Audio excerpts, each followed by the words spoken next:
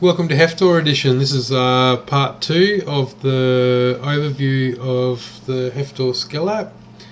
So we've made a few changes since my last video. So as you can see, we've got a button at the top here now with how to use skelapp, and that just has a little brief overview of how it works, and I've put an explanation in there on how the backups work, because the backups have changed now. So as you can see, we've got a backup folder already, which was at 8 AM. So the way the backups work is down here in the notes. Oops, two windows. So you got backup -2020-01-15-23. So that's the example one. So mine's 01-16-08. So that means at 15th of the 1st at 2020 at 2300 hours. And the one here in my menu is 16th of the 1st 2020 at 0800 hours. So it's in 24-hour format to make it a bit easier. And well, it's mainly done that way so at 6 PM or 6 AM you don't end up putting the 6 PM backups in the 6 AM folder, so to speak.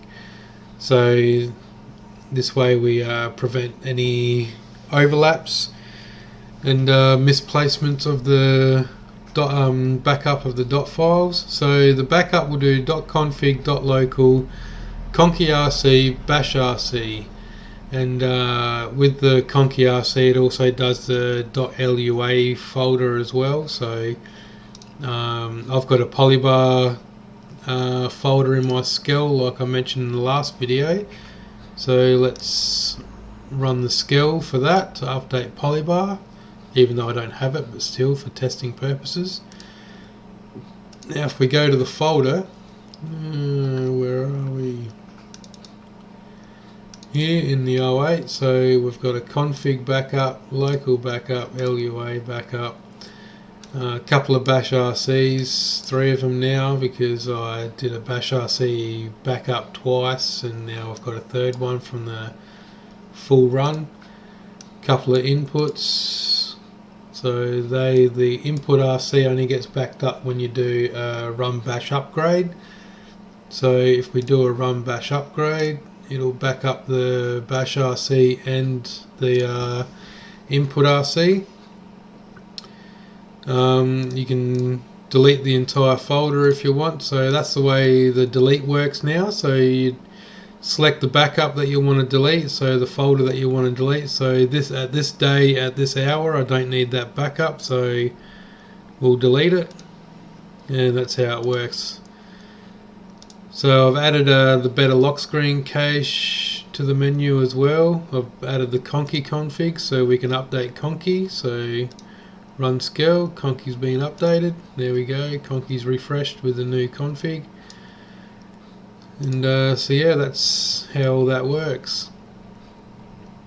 So a little explanation about these config packages like I mentioned in the last one.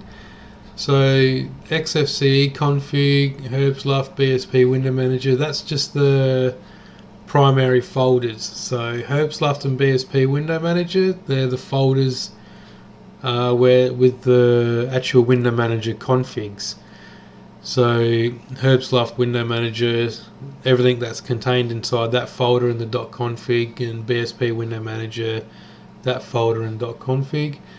xfce configs is just the xfce4 folder from .config, and the config packages is just the GDK 3.0 folder and auto start and all the rest of it. Nomax folder and whatever. So yeah, that's pretty much an overview of that. The locals is just the applications in the .local folder, and I think it is, if I remember right, and the scripts. So we'll go to git xfce local local bin, yeah, so it's just the scripts, so whatever you have in the .locals, so whatever you've installed, it'll pull all the scripts from there and go from there. So I'm going to add my test repo in the description, so you can just copy and paste that into your pacman.conf, which is located in the etc folder, and then do an update on your system, and once it's finished updating, then the repo should be added to your system, and you can then just install the hefftor-skelapp-git. So yeah, hopefully it all works fine for you, and any feedback will be appreciated. Please let me know if it's working well for you and what you think of it, and yeah, add a comment in the description. It's always good to read comments. So thanks for watching, and see you in the next